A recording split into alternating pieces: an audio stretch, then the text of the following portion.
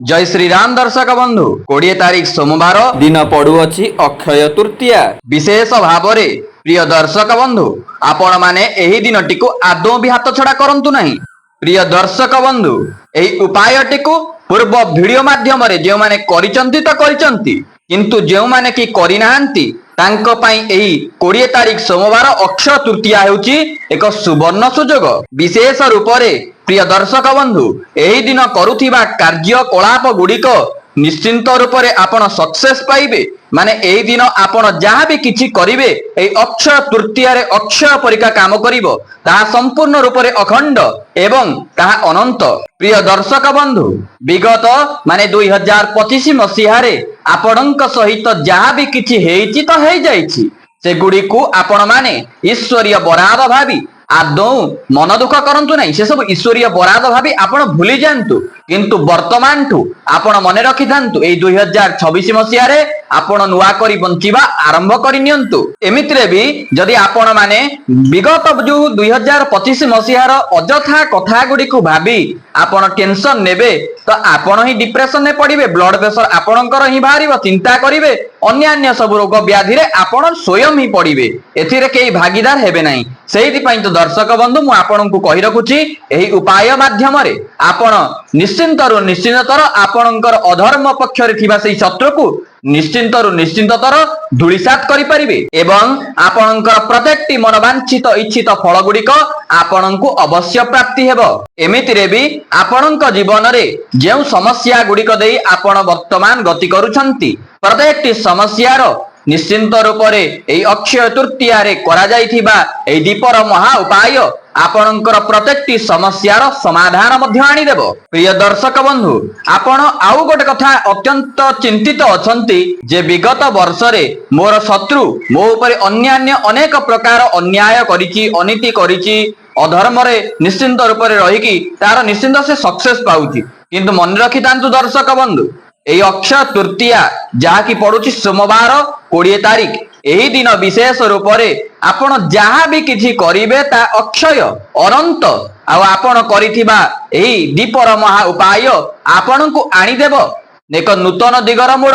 खास रूप से देखा गले आपणक जीवन तमाम रे अनेक गुड़िए शत्रु मान रहउथिबे। एटा आज्ञा समस्तंक निमित्त देखंतु आपणकर अछंती आमर अछंती समस्तंकर एमती माने कौन घर पाखरे हेउ कौन सी चाकरी क्षेत्र रे कर्म क्षेत्र रे हेउ अन्य बंधु बांधव रे मध्य हेउ अनेक प्रकार शत्रु अवश्य रहिचंती।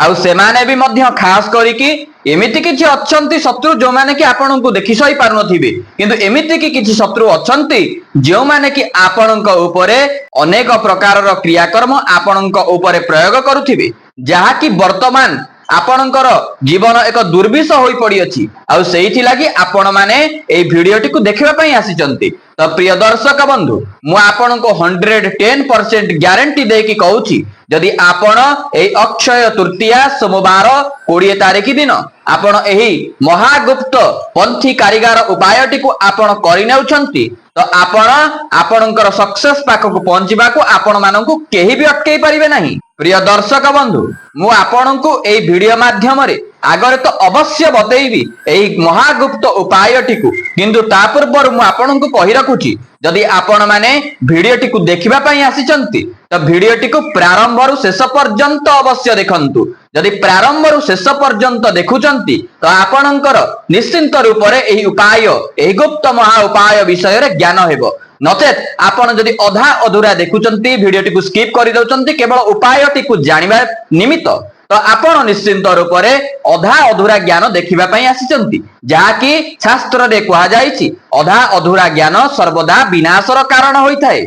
आउ हाँ आपण जदि नुआ करी चैनल को आसीचंती तो आपण माननकु एतिकी अनुरोध तो निश्चिंत रूप से आपण एमतिका इनफॉर्मेटिव वीडियो गुड़िक पाइबा निमित्त आमर एई सत्य शांति मार्गदर्शन यूट्यूब चैनल को सब्सक्राइब करि नियंतु एवं पाखरे थिबा बेल आइकन टी को अवश्य ऑन करि दियंतु। वीडियो टी को गोटे लाइक करंतु, शेयर करंतु, कमेंट बॉक्स रे जय श्री राम अवश्य लिखंतु। देखंतु एमतिका इनफॉर्मेटिव वीडियो आपण अनेक समस्यार समाधान आमे नै करि आसीबु जद्वारा कि आपण ही एथिरे ଅନ୍ୟାନ୍ୟ ସମସ୍ୟା ଦ୍ୱାରା ଯୋଉ ପୀଡ଼ିତ ହୋଇ ଅଛନ୍ତି ଆପଣ ମାନେ ଏ ସମସ୍ୟାରୁ ଅବଶ୍ୟ ମୁକ୍ତି ପାଇପାରିବେ।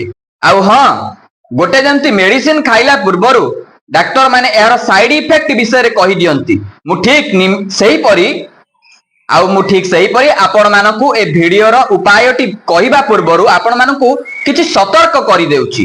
ଦେଖନ୍ତୁ ଦର୍ଶକ ବନ୍ଧୁ, ଯଦି ଆପଣ ମାନେ ଧର୍ମରେ ଅଛନ୍ତି, ନ୍ୟାୟରେ ଅଛନ୍ତି, ନୀତିରେ ଅଛନ୍ତି, ତ ଆପଣ ମାନେ ଏ ଭିଡିଓ ଦେଖିକି ଏ ଉପାୟଟିକୁ ଅବଶ୍ୟ କରିପାରିବେ ଆପଣଙ୍କ ଶତ୍ରୁ ବିରୁଦ୍ଧରେ। କିନ୍ତୁ ଆପଣ ଯଦି ଅନ୍ୟାୟରେ ଅଛନ୍ତି, ଅନୀତିରେ ଅଛନ୍ତି, ଅଧର୍ମରେ ଅଛନ୍ତି, କିଛି ଅନ୍ୟାୟ ଜନିତ କର୍ମ କରୁଛନ୍ତି କିମ୍ବା ବିଚାର ଦ୍ୱାରା ଆପଣ এই ଉପାୟଟିକୁ କରୁଛନ୍ତି, ତ ଏହା ଆପଣଙ୍କ ନିମିତ୍ତ ସର୍ବନାଶର କାରଣ ହେବ। ପନ୍ଥୀ କାରିଗାରେ ସମ୍ପୂର୍ଣ୍ଣ ରୂପରେ ବିଶେଷ ରୂପରେ ବର୍ଣ୍ଣନା କରାଯାଇଅଛି। ଯଦି କେହି ବି ଏହି ଉପାୟଟିକୁ କରୁଛନ୍ତି ତ ସତମାର୍ଗୀ ବ୍ୟକ୍ତି ମାନଙ୍କ ନିମିତ୍ତ ଏହି ଉପାୟଟି, ଅସତ ମାର୍ଗୀ ଯୋଉମାନେ ଥିବେ କିମ୍ବା ଅନ୍ୟାୟ ଅନୀତିରେ ଯୋଉମାନେ ଥିବେ ଏ ଉପାୟଟି ସେମାନଙ୍କ ପାଇଁ ସିଦ୍ଧହସ୍ତ ହେବ ନାହିଁ ଏବଂ ଏ ଉପାୟଟି ଆଦୌ ବି କାର୍ଯ୍ୟ କରିବ ନାହିଁ, ତତ୍ସହିତ ନିଜର ହିଁ କ୍ଷତି କରିବ। ତ ଦର୍ଶକ ବନ୍ଧୁ, ମୁଁ ଆପଣଙ୍କୁ କହି ରଖୁଛି, ଆପଣ এই ଉପାୟଟିକୁ କରୁଛନ୍ତି ତ ଆପଣ ନିଜକୁ ଟିକେ ପରୀକ୍ଷା ନିରୀକ୍ଷା କରିଦିଅନ୍ତୁ ଯେ ଆପଣ ସତରେ ଅଛନ୍ତି ତ, ତେବେ ଆପଣ ମାନେ ଏହି ଧର୍ମ ମାର୍ଗୀରେ ରହି ଆପଣ ମାନେ এই ଉପାୟଟିକୁ ଅବଶ୍ୟ କରିପାରିବେ, କେହି ବି ଆପଣଙ୍କୁ ରୋକୁନାହାନ୍ତି। କିନ୍ତୁ ମୁଁ এই ଉପାୟଟି କହିବା ପୂର୍ବରୁ ଆପଣ ମାନଙ୍କୁ ଏତିକି ସଚେତନ କରିଦେଲି। ଆଉ ଏହାକୁ କରିନେବା କ୍ଷଣି ଦେଖନ୍ତୁ ଦର୍ଶକ ବନ୍ଧୁ, କଳି କାଲ କେବଳ ନାମ ଆଧାରା, ସୁମିରି ସୁମିରି ନର ଉତ୍ତର ହି ପାରା, ସୁମିରି ପବନ ସୁତ ପାବନ ନାମୁ ଅପନେ ବସ କରି ରାଖେ ରାମୁ। ଦେଖନ୍ତୁ ଦର୍ଶକ ବନ୍ଧୁ, କଳି ଯୁଗରେ ହେଉଛି କେବଳ ପ୍ରଭୁଙ୍କର ନାମ ହିଁ ସାର। ଆଉ ଦେଖିବାକୁ ଗଲେ ଏମିତି କିଛି କ୍ରିୟା କାର୍ଯ୍ୟ ଗୁଡିକ ରହିଛି ଯାହାକି ସିଦ୍ଧହସ୍ତ ଚାକ୍ଷୁଷ ପ୍ରମାଣ ସହିତ, ତା ତନ୍ମଧ୍ୟରୁ ଏହି ଉପାୟଟି ହେଉଛି ଅନ୍ୟତମ। ତ ଦର୍ଶକ ବନ୍ଧୁ, ଏହା ହେଉଛି ଏକ ସିଦ୍ଧ କାରିଗରୀ ଉପାୟ ଯାହାକୁ କି ଆପଣ କରିନେବା କ୍ଷଣି 21 ରୁ 20 ଦିନ ଭିତରେ କିମ୍ବା 20 ରୁ 21 ଦିନ ଭିତରେ ନିଶ୍ଚିନ୍ତ ରୂପରେ ଆପଣ ଦେଖିବେ ଆପଣଙ୍କର ଯୋଉ ଶତ୍ରୁ ଆପଣଙ୍କ ବିରୁଦ୍ଧରେ ରହି କିଛି କାର୍ଯ୍ୟକଳାପ କରୁଥିଲା, ଅନ୍ୟାୟ ଅନୀତି କରୁଥିଲା, ଦେଖିବେ ସିଏ ଆପଣଙ୍କ ପାଖକୁ ଆସି ମିଶାମିଶି କରିବ ଏବଂ ଅନେକ ପ୍ରକାର ମିତ୍ରତାର ହାତ ବଢେଇବ, ଯାହାକୁ କି ଆପଣ ଦେଖିଲେ ହିଁ ଆଶ୍ଚର୍ଯ୍ୟ ହୋଇଯିବେ। ଆଉ ବିଶେଷ ରୂପରେ ଯଦି କିଛି ଅଧିକା ଅନ୍ୟାୟ ଅନୀତି ଆପଣଙ୍କ ପ୍ରତି ସିଏ କରୁଅଛି, ତେବେ ନିଶ୍ଚିନ୍ତ ରୂପରେ ଏହି ଉପାୟର ଇଷ୍ଟ ଯିଏ ସିଏ ଶତ୍ରୁକୁ ମାନେ ଆପଣଙ୍କର ଶତ୍ରୁକୁ ଅବଶ୍ୟ ଦଣ୍ଡ ଦେଇଥାନ୍ତି। ଆଉ ବିଶେଷ ରୂପରେ ଏହି ଉପାୟଟି ଏକ ଯୋଗୀପନ୍ଥ କାରିଗା ପୁସ୍ତକରୁ ଆସିଅଛି। ପ୍ରିୟ ଦର୍ଶକ ବନ୍ଧୁ, ଏହି ଅକ୍ଷୟ ତୃତୀୟା ଯାହାକି ସୋମବାର 20 ତାରିଖ ଦିନ ପଡୁଅଛି, ଆପଣ ବିଶେଷ ରୂପରେ ଏହି ସୁବର୍ଣ୍ଣମୟ ସୁଯୋଗ ଦିନରେ ଆପଣ ମାନେ ଯଦି ଏହି ଦୀପଟିର ମହାଗୁପ୍ତ ଉପାୟକୁ କରିନେଉଛନ୍ତି, ଆପଣଙ୍କର ଶତ୍ରୁ ଆପଣଙ୍କ ପ୍ରତି କରୁଥିବା ପ୍ରତ୍ୟେକଟି ପ୍ଲାନିଂ ବିଫଳ ହେବା ସହିତ ତା ଉପରେ ସେହି ପ୍ଲାନିଂ କରୁଥିବା କ୍ରିୟାକଳାପ ଗୁଡିକ ତାରି ଉପରେ ହିଁ ପ୍ରୟୋଗ ହେବ। ମାନେ ଗୋଟେ କଥା ଅଛି, ଯେ ପାଞ୍ଚେ ଅନ୍ୟର ମନ୍ଦ ତା ମନ୍ଦ ପାଞ୍ଚନ୍ତି ଗୋବିନ୍ଦ। ଠିକ ସେମିତି ଆମେ ଯଦି ଅନ୍ୟ ପାଇଁ କିଛି ଗାତ ଖୋଳୁଛେ, ସେ ଗାତରେ ଆଗେ ଆମେ ନିଜେ ହିଁ ପଡିବା। ଠିକ ସେମିତି ପ୍ରିୟ ଦର୍ଶକ ବନ୍ଧୁ, এই ଉପାୟଟି କରିନେବା କ୍ଷଣି ଆପଣଙ୍କର ଶତ୍ରୁ ଆଗେ ହିଁ ସେଇ ଗାତରେ ପଡିବ। ଆଉ ଖାସ କରିକି ପ୍ରିୟ ଦର୍ଶକ ବନ୍ଧୁ, ଏହି ଉପାୟଟିକୁ, ଏହି ମହାଗୁପ୍ତ ଉପାୟଟିକୁ ଆପଣ ମାନେ ଅନ୍ୟତ୍ର କୋଉଠି କରିବାର ଆବଶ୍ୟକତା ହିଁ ନାହିଁ। ଆପଣ ସ୍ୱୟଂ କରିବେ, ଆପଣ ଆପଣଙ୍କ ନିଜସ୍ୱ ଗୃହରେ କରିବେ, କିନ୍ତୁ ଏତିକି ମନେ ରଖିଥାନ୍ତୁ, ଏହାକୁ କରିବା ଆପଣଙ୍କର ଆବଶ୍ୟକ ଯେତିକି, ଏହାର ନିୟମକୁ ପାଳନ କରିବା ତାଠାରୁ ନିତାନ୍ତ ଆବଶ୍ୟକ। ଆଉ ଏହାକୁ କରିବା ପୂର୍ବରୁ ମୁଁ ଆପଣଙ୍କୁ କହି ରଖୁଛି, ଆପଣ ମାନେ ଏହାକୁ ଏକ ନିର୍ଜନ ସ୍ଥାନ, ଆପଣଙ୍କର କୌଣସି କକ୍ଷ ଥିବ ଗୃହରେ, ମାନେ ସେ କକ୍ଷକୁ ବିଶେଷ ରୂପରେ କାହାଙ୍କର ଆତଜାତ ନଥିବ, ଆପଣ ବିଶେଷ ରୂପରେ ଏପ୍ରତି ଧ୍ୟାନ ଦେବେ। ଆପଣ ମାନେ ଏକାନ୍ତରେ ରହି ସେଇ କକ୍ଷରେ ଏହି ଉପାୟଟିକୁ କରିପାରିବେ। ଆଉ ଦୀପ ତଳେ ଏହି ଦିନ ଦୀପକୁ ଜାଳିଲା ବେଳେ ଦୀପ ତଳେ ରଖିଦିଅନ୍ତୁ ଗୋଟିଏ ଜିନିଷ, ବାସ୍ ଦେଖିବେ ଆପଣଙ୍କର ଶତ୍ରୁ ସ୍ୱୟଂ ନିଜେ ଅନୁତାପ କରିବ ଏବଂ ସେଇ ଅନୁତାପର ଅଗ୍ନିରେ ସେ ନିଜେ ଦଗ୍ଧ ହୋଇଯିବ।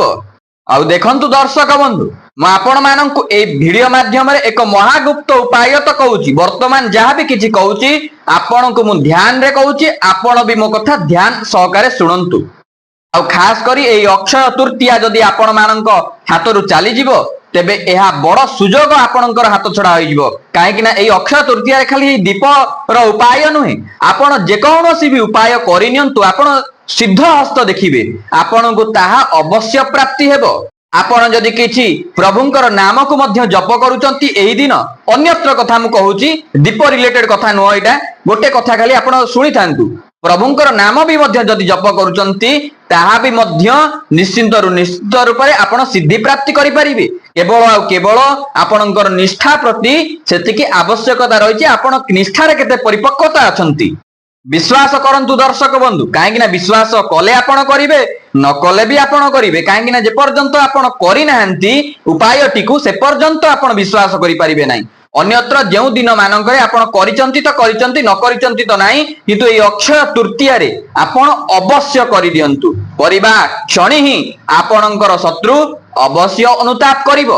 ଦେଖନ୍ତୁ ଦର୍ଶକ ବନ୍ଧୁ, ଯଦ୍ୱାରା କି ମୁଁ ଗୋଟେ କଥା କହୁଛି ଆପଣଙ୍କୁ, ଆପଣ ଯଦି ଏ ଉପାୟଟିକୁ କରିନେଉଛନ୍ତି ଏହି ଦିନ, ବିଶେଷ ରୂପରେ 20 ତାରିଖ ସୋମବାର ଅକ୍ଷୟ ତୃତୀୟା ଦିନ, ଏହି ଦିନ କରିନେବା କ୍ଷଣି ଆପଣ ଅବଶ୍ୟ ସକ୍ସେସ ପାଇବେ। ତତ୍ପରେ ଆପଣ ଯାଇକି କିଛି ଭାବିବେ ନାହିଁ। ମୁଁ ଗୋଟେ କୋଉଠି ଭିଡିଓଟିଏ ଦେଖିଥିଲି ୟୁଟ୍ୟୁବ ଚ୍ୟାନେଲରେ, ସେ ଭାଇ କିଛି କହୁଥିଲେ ଆଉ ମତେ ଏଥିରୁ ଅବଶ୍ୟ କିଛି ନା କିଛି ସକ୍ସେସ ମିଳିଛି, ତାହେଲେ ଯାଇକି ଆପଣ ବିଶ୍ୱାସ କରିବେ। କାହିଁକି ନା ଆମେ କହିଦବୁ ଉପାୟଟିକୁ, ତାର ନିୟମ ମାନେ ସ୍ଥିତି କାଳ ସବୁ ବିଷୟରେ ଆମେ ବର୍ଣ୍ଣନା ଭାବରେ ବିସ୍ତାରିତ ଭାବରେ ଆମେ କହିଦବୁ ଏଇ ଭିଡିଓ ମାଧ୍ୟମରେ, କିନ୍ତୁ ଆପଣଙ୍କୁ ହିଁ ତ କରିବାର ଅଛି। ଆଉ ଆପଣ ଯେ ପର୍ଯ୍ୟନ୍ତ ବିଶ୍ୱାସର ସହିତ କରିନାହାନ୍ତି, ସେ ପର୍ଯ୍ୟନ୍ତ ଆପଣଙ୍କୁ ସକ୍ସେସ ଆଦୌ ବି ମିଳିପାରିବ ନାହିଁ। ଦେଖନ୍ତୁ ଦର୍ଶକ ବନ୍ଧୁ, ଆପଣ ବୋଧହୁଏ ଗୋଟେ କଥା ସହିତ ଅନଭିଜ୍ଞ ଅଛନ୍ତି, ଜାଣିନାହାନ୍ତି ଏପର୍ଯ୍ୟନ୍ତ ଆପଣଙ୍କର କର୍ମକ୍ଷେତ୍ର ହେଉ କିମ୍ବା ଗୃହର ଚତୁଃପାର୍ଶ୍ୱରେ ହେଉ, ଅନ୍ୟାନ୍ୟ କ୍ଷେତ୍ରରେ ଆପଣଙ୍କର ନିଶ୍ଚିନ୍ତ ରୂପରେ ଶତ୍ରୁ ରହିଥିବେ। ଅନ୍ୟାନ୍ୟ ବହୁତ ଶତ୍ରୁ ଅଛନ୍ତି, ସମସ୍ତଙ୍କର ଅଛନ୍ତି। କାହିଁକି ନା ଏ ସଂସାରରେ କେବଳ ମିତ୍ର ଯେ କାହାର ନାହାନ୍ତି ଏଇଟା କଥା ନାହିଁ, ଶତ୍ରୁ ମଧ୍ୟ ସମସ୍ତଙ୍କର ରହିଛନ୍ତି। ତ ମୁଁ ଏଠି ଆପଣଙ୍କୁ କହି ରଖୁଛି, ଏଇ ଶତ୍ରୁ ମଧ୍ୟରେ ଶତ୍ରୁ ଗୋଟେ ଗୁପ୍ତ ଶତ୍ରୁ ଅଛନ୍ତି। ଆପଣ ମାନେ ଭାବୁଥିବେ ବର୍ତ୍ତମାନ ଯେ ଗୁପ୍ତ ଶତ୍ରୁ କିଏ, ଏଇଠି ଟିକେ ଆପଣ ଧ୍ୟାନ ସହକାରେ ଶୁଣନ୍ତୁ। ଏ ଶତ୍ରୁକୁ ଆପଣ ବି ମଧ୍ୟ ଜାଣିପାରୁଥିବେ, କିନ୍ତୁ ଏତେ ହାଲକାରେ ନେଇଯାଉଥିବେ କି ଆପଣ ଏ କଥାକୁ ହଜମ ବି ଠିକ ସେ କରିପାରିବେ ନାହିଁ। ପ୍ରଥମ କଥା ହେଉଛି, ଗୁପ୍ତ ଶତ୍ରୁ ଅତ୍ୟନ୍ତ ରୂପରେ ମାରାତ୍ମକ। କାହିଁକି କହୁଛି ମାରାତ୍ମକ? କାହିଁକି ନା ସେମାନେ ଆପଣଙ୍କର ବିଷୟରେ ଅନ୍ୟ ଆଗରେ ଉଚ୍ଚଟେକ ରଖି କଥାବାର୍ତ୍ତା କରନ୍ତି ଆପଣଙ୍କର ସମ୍ମୁଖ ଭାଗରେ, କିନ୍ତୁ କିନ୍ତୁ ଯେତେବେଳେ ଆପଣ ସେଠାରୁ ଚାଲି ଆସିଥାନ୍ତି, ଆପଣଙ୍କ ବିରୁଦ୍ଧରେ ଆପଣଙ୍କର ଫ୍ୟାମିଲି ମ୍ୟାଟରକୁ ନେଇକି କିମ୍ବା କର୍ମକ୍ଷେତ୍ରକୁ ନେଇକି ଅନ୍ୟାନ୍ୟ କଥାକୁ ନେଇକି ସେମାନେ ଉକ୍ତ ବ୍ୟକ୍ତି ଆଗରେ ନିଶ୍ଚିନ୍ତ ରୂପରେ କହୁଥାନ୍ତି, ମାନେ ବିପକ୍ଷରେ। ତ ସେମାନେ ହେଉଛନ୍ତି ସାପ ଠାରୁ ମଧ୍ୟ ଅଧିକ ବିଷଧର। ଏମାନଙ୍କ ଠାରୁ ଆପଣ ହାତେ ମାପି ଚାଖେଣ୍ଡେ ଚାଲନ୍ତୁ। ଆଉ ଶାସ୍ତ୍ରରେ ଠିକ ଏହି ମାନଙ୍କୁ ହିଁ ଗୁପ୍ତ ଶତ୍ରୁ କୁହାଯାଇଛି। ଏଇ ଗୁପ୍ତ ଶତ୍ରୁ ମାନେ ହେଉଛନ୍ତି ଅତ୍ୟନ୍ତରୁ ଅତ୍ୟନ୍ତ ଭୟଙ୍କର।